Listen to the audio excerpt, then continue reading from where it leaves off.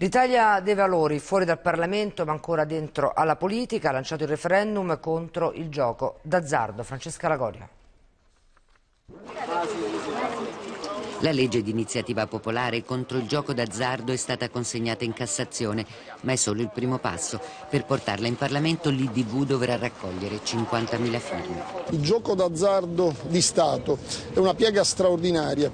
In un paese dove il debito pubblico è il più alto d'Europa, ci sono le giocate più alte d'Europa.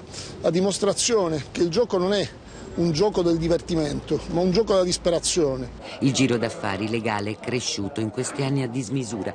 Sono 390.000 solo le slot machine, 5.000 aziende, 120.000 addetti e una spesa pro capite tra le più alte del mondo. Un dramma, denuncia l'IDV per migliaia di famiglie. 800.000 sono i giocatori affetti da ludopatia, mentre quelli a rischio patologico sfiorano i 3 milioni. Basta alle slot machine, basta ai giochi online che impoveriscono i cittadini.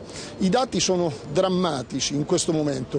100 miliardi presi dalle tasche degli italiani. Immaginate, 4 miliardi è l'IMU e la gente non la può pagare e nel frattempo 100 miliardi vengono sottratti coi giochi. E aggiungo, sono drammatici anche i dati di chi è dipendente da ludopatia.